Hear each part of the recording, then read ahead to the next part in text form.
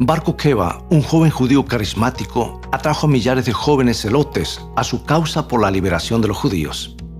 Se llamaba a sí mismo el Mesías, el libertador, pero no era más que un impostor, un fraude.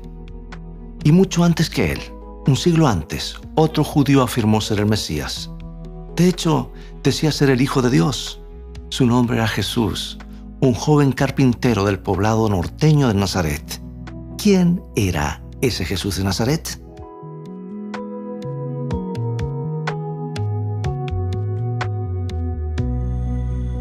Comenzamos un nuevo programa de Palabras de Vida. Muchas gracias por acompañarme en el tema de hoy.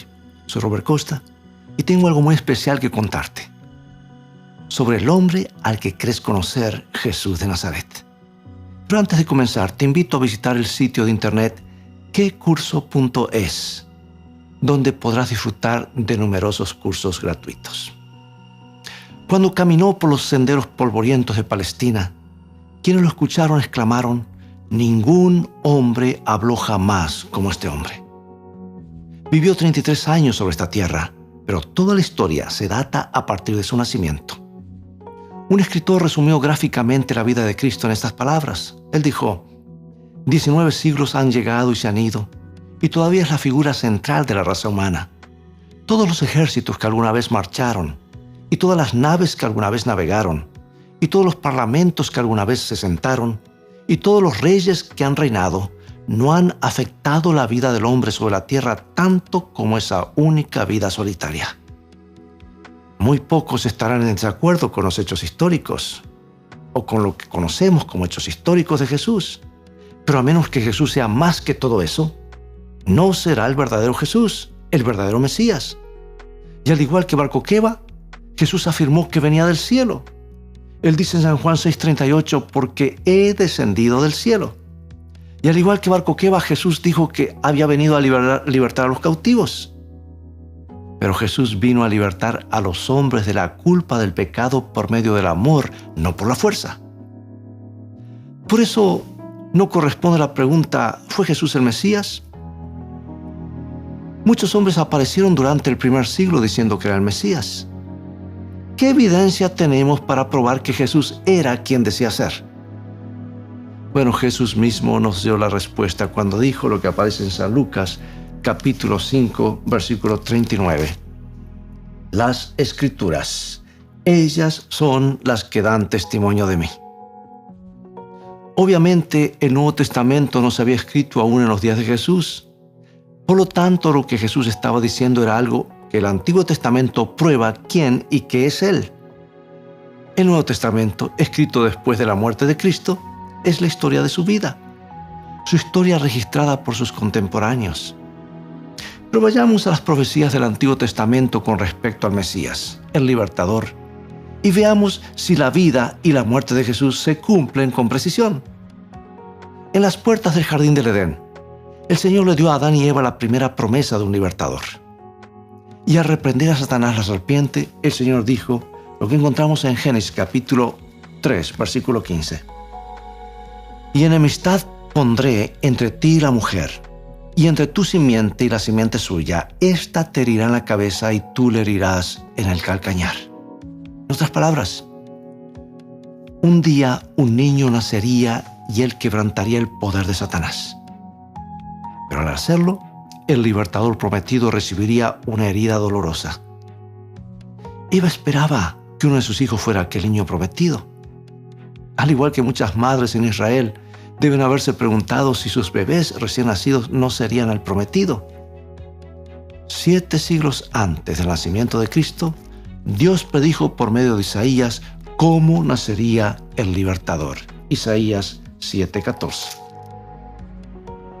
«Por tanto, el Señor mismo os dará señal. He aquí que la Virgen concebirá y dará a luz un hijo, y llamará su nombre Emmanuel». Pregunto, ¿tuvo Jesús un nacimiento milagroso? Bueno, Lucas lo describe. Describe lo siguiente acerca del nacimiento de Jesús. San Lucas capítulo 1, versículos 26 y 27.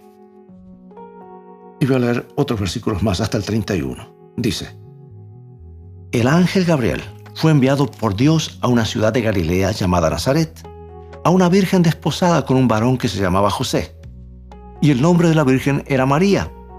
El ángel dijo: concebirás en tu vientre y darás a luz un hijo y llamarás su nombre Jesús. Pero hay algo más. Siglos antes del nacimiento de Cristo, Miqueas reveló el lugar en el que nacería el Mesías. Miqueas capítulo 5, versículo 2. Pero tú, Belén Efrata, de ti me saldrá el que será Señor de Israel. Miqueas dijo que el Mesías nacería en Belén. Sin embargo, el ángel Gabriel fue a Nazaret, a 147 kilómetros de distancia, para encontrar a María. Escucha esto: hasta una semana antes del parto. Parecería que Nazaret iba a ser el lugar del nacimiento de Jesús. Sin embargo, algo ocurrió, y lo registra Lucas capítulo 2, versículos 1 al 5. Aconteció en aquellos días que se promulgó un edicto de parte de Augusto César, que todo el mundo fuese empadronado. E iban todos para ser empadronados, cada uno a su ciudad.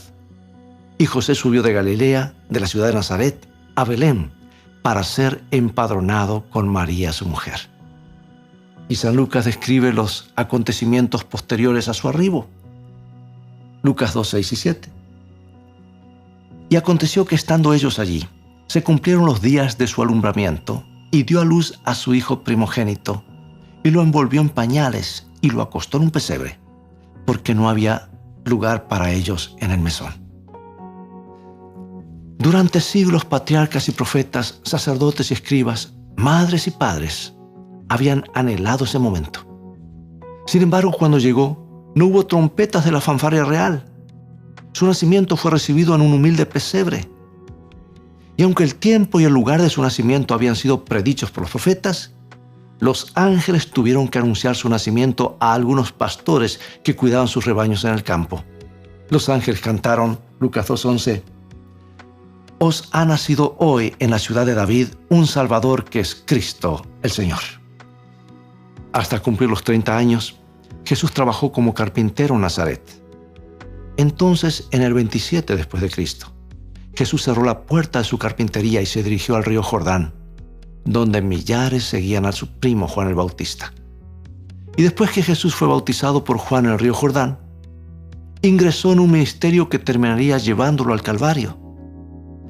Pero resulta que siglos antes, Isaías había predicho la obra del Mesías con estas palabras. Isaías 61, 1 y 2. El Espíritu de Jehová el Señor está sobre mí, porque me ha ungido Jehová. Me ha enviado a predicar buenas nuevas a los abatidos, a vendar a los quebrantados de corazón, a publicar libertad a los cautivos y a los presos, apertura de la cárcel, a proclamar el año de la buena voluntad de Jehová, a consolar a todos los enlutados. 7 siglos después, en la sinagoga, Jesús se paró y leyó en su ciudad este mismo texto que Isaías había escrito tiempo atrás.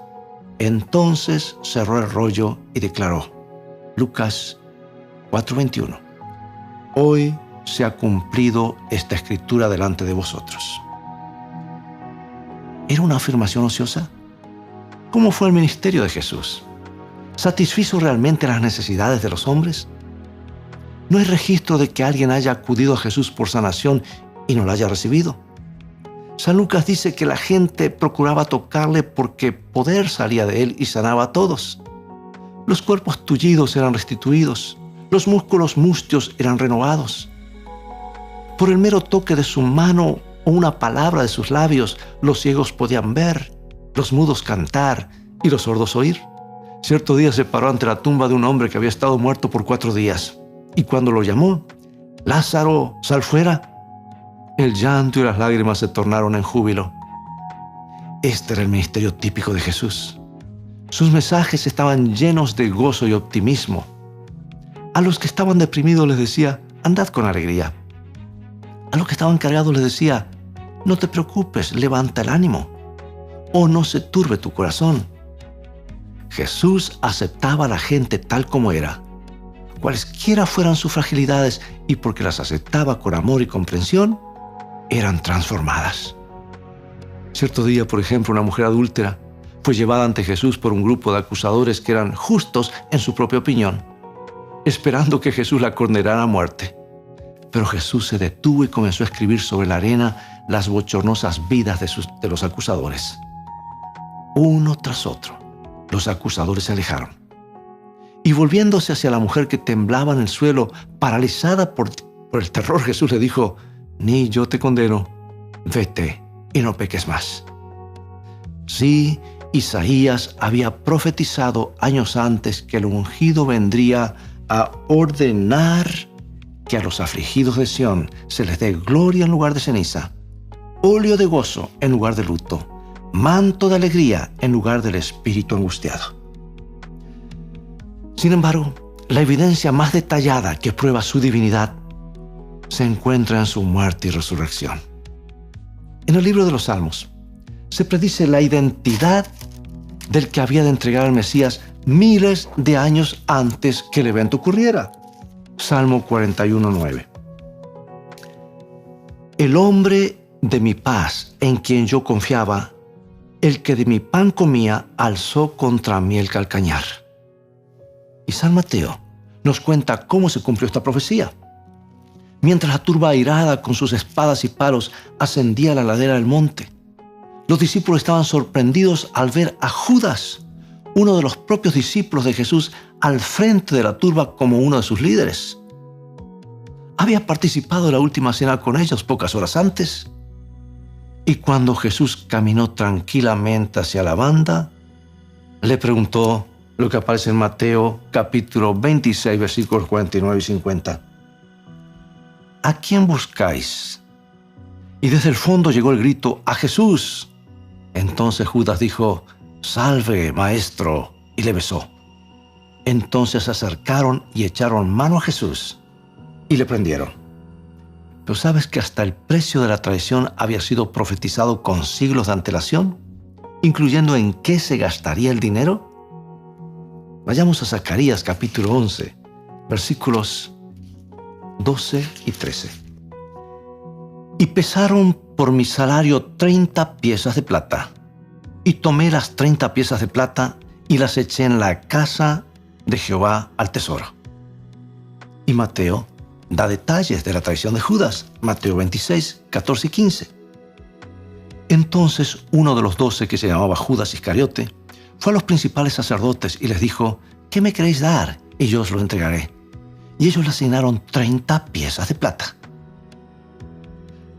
Pero después de que Jesús fue condenado, Judas regresó al principal de los sacerdotes y dice Mateo 27, 5 al 7, «Y arrojando las piezas de plata en el templo, salió y fue y se ahorcó».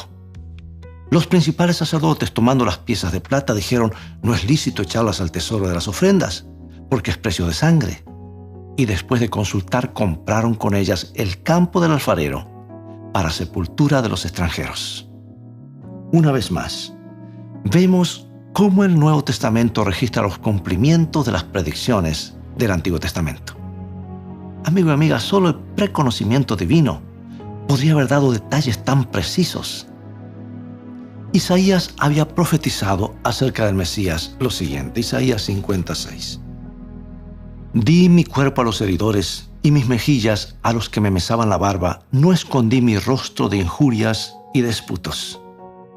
Y San Mateo brinda detalles de aquella noche. Jesús, maniatado como un criminal común, fue llevado ante Caifás, donde lo juzgaron ilegalmente en medio de la noche. Mateo 26, 67. Entonces le escupieron en el rostro y le dieron de puñetazos, y otros le abofeteaban. En la mañana siguiente lo llevaron ante el gobernador romano Pilato. Pero cuando los falsos testigos testificaron contra él, Jesús no dijo palabra. Luego el rey Herodes se mofó de él y en una burla cruel lo vistió con ropas reales. Entonces lo regresaron a Pilato, quien dijo que no podía encontrar ninguna falta en él. Sin embargo, lo hizo azotar. Finalmente Pilato le planteó una elección a la airada multitud: ¿liberaré a Jesús o al notorio criminal llamado Barrabás? Y la multitud gritó: «Barrabás». «Crucifícale, crucifícale», gritaron. ¿Sabes que cientos de años antes de que los romanos hubieran siquiera inventado la cruz o la crucifixión como medio de castigo capital, el salmista había predicho la forma en la que matarían a Cristo? El método común empleado por los judíos era el apedreamiento. Pero sigamos los pasos de Jesús y veamos qué sucedió con relación a su muerte. David había escrito, Salmo 22:16, «Horadaron mis manos y mis pies». Y Mateo nos dice que le colocaron una corona de espinas sobre la frente y que lo golpearon en la cabeza. Y en el Calvario, Jesús les permitió a los soldados mansamente que introdujeran los clavos en sus manos y pies. El discípulo Tomás fue testigo de ello, y después de su resurrección, le dijo a Jesús, «Oh, si yo no viere en sus manos la señal de los clavos y metiere mi dedo en el lugar de los clavos, no creeré». Cristo fue crucificado, amigos. Sus manos y sus pies fueron atravesados por los clavos, cumpliendo la profecía del Antiguo Testamento. El rey David dijo que sucedería con las vestiduras, que harían con las vestiduras del Mesías 1000 años antes de la muerte de Jesús. Mira, Salmo 22:18. «Repartieron entre sí mis vestidos y sobre mi ropa echaron suertes». Juan, un testigo presencial, cuenta lo que sucedió en la cruz. San Juan 19:23 y 24. «Tomaron sus vestidos e hicieron 4 partes, una para cada soldado. Tomaron también su túnica, la cual era sin costura, de un solo tejido de arriba abajo. Entonces dijeron, no la partamos, sino echemos suerte sobre ella a ver de quién será». El Antiguo Testamento también predijo algunas de las palabras que Jesús habría de pronunciar mientras pendía de la cruz. Y regresamos nuevamente a Salmo 22:1. Dios mío, ¿por qué me has desamparado? Muchas de las profecías relativas al Mesías estaban totalmente fuera del control humano de Jesús. Por ejemplo, humanamente no hubiera podido arreglar el lugar de su muerte, la forma de su nacimiento, su traición, los acontecimientos que rodearon su muerte. Sin embargo, uno de los factores más decisivos que prueban sin sombra de duda que Cristo fue enviado por Dios y que era el verdadero Mesías, se encuentra en el tiempo de su llegada. Porque después que los judíos fueron llevados a la cautividad de Babilonia, el ángel Gabriel le dijo al profeta Daniel el tiempo exacto de la llegada del Mesías. Y eso lo encontramos en Daniel 9:25. «Sabe pues y entiende que desde la salida de la orden para restaurar y edificar a Jerusalén hasta el Mesías príncipe, habrá 7 semanas y 62 semanas. 69 semanas en total equivalen a 483 días, y en la profecía bíblica, un día equivale a un año. ¿Recuerdas Ezequiel 4:6? Día por año te lo he dado. Así que habría 483 años desde la orden de restaurar y reconstruir Jerusalén hasta que apareciera el Mesías. Y el decreto, amigos, fue promulgado por el rey Artajerjes en el año 457 a.C. Y los 483 años más tarde, llegamos al 27 después de Cristo, cuando le añadimos esa cantidad de años. Ahora bien, sígueme con atención. Mesías en hebreo o Cristo en griego significa el ungido. ¿Y cuándo fue ungido Jesús? San Lucas lo señala. El momento exacto, el año exacto. San Lucas capítulo 3 versículos 1 en adelante. En el año 15 del imperio de Tiberio César, que cuando todo el pueblo se bautizaba, también Jesús fue bautizado, y orando el cielo se abrió y descendió el Espíritu Santo sobre él en forma corporal como paloma, y vino una voz del cielo que decía, tú eres mi Hijo amado, en ti tengo complacencia. Jesús fue ungido por el Espíritu Santo en el momento de su bautismo en el Jordán. Y Pablo declara, Dios ungió con el Espíritu Santo y con poder a Jesús de Nazaret. Ahora bien, hagamos un poco de aritmética, si te gustan las matemáticas. Tiberio César comenzó a reinar en el 12 a.C. Y Lucas dijo que Jesús fue bautizado en el 15º año de gobierno de Tiberio, lo cual nos lleva hasta el año 27 después de Cristo.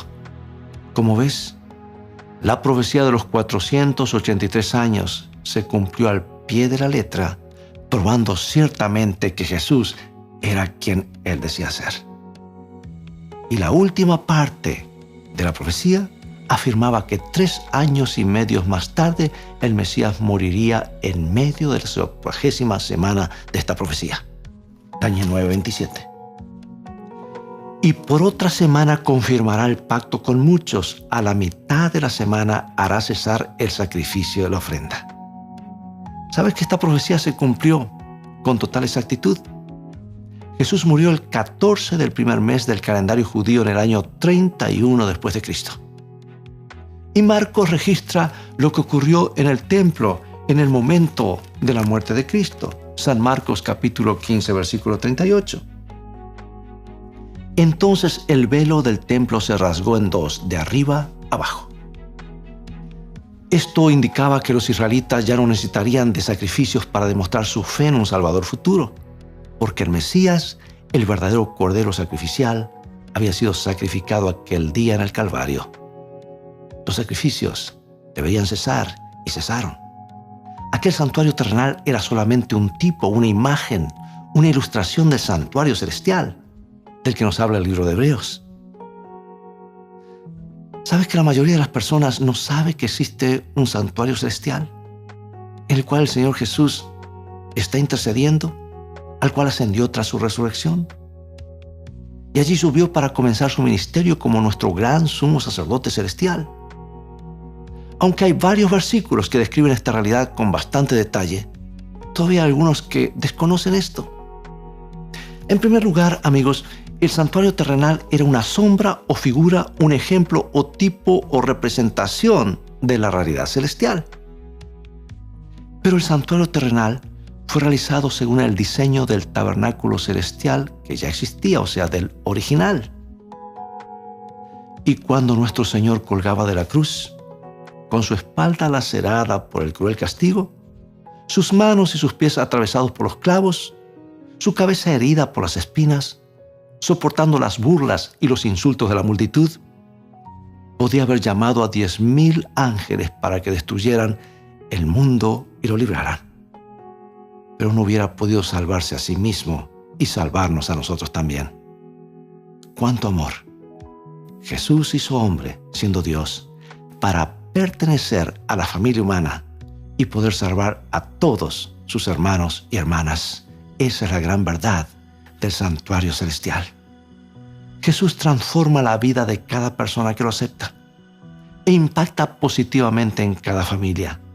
Cambia el carácter, mejora las relaciones, une con lazos de amor y bondad inquebrantables.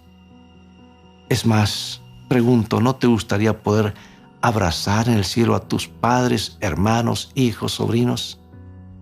Jesús puede obrar ese milagro y Él lo hará.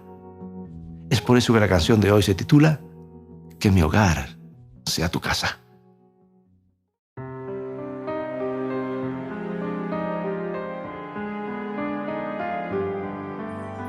Con tu amor, oh Señor, has llenado mi hogar, y al mirar hacia atrás puedo verte a través de ese amor que has puesto en nosotros hoy.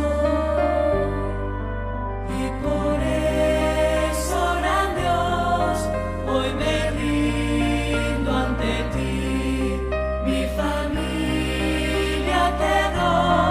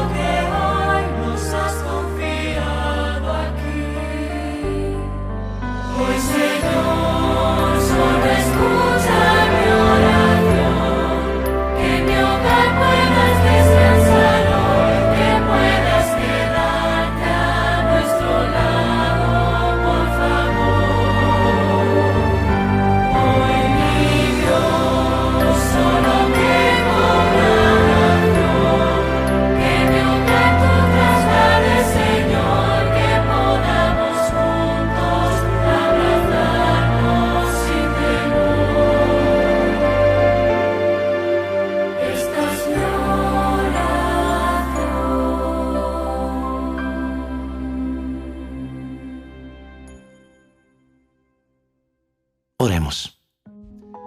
Padre nuestro que estás en los cielos, gracias por enviar a tu Hijo a esta tierra para traernos esperanza.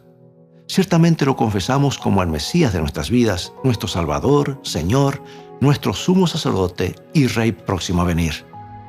Ayúdanos a reflejar su carácter de amor y bondad, para que nuestras familias y seres amados también puedan conocerle y ser salvos. En su santo nombre oramos. Amén. Bueno, nos despedimos ya. Como siempre, gracias por haberme acompañado en el tema de hoy y te espero en el próximo programa de Palabras de Vida. Recuerda, Jesús es tu Creador.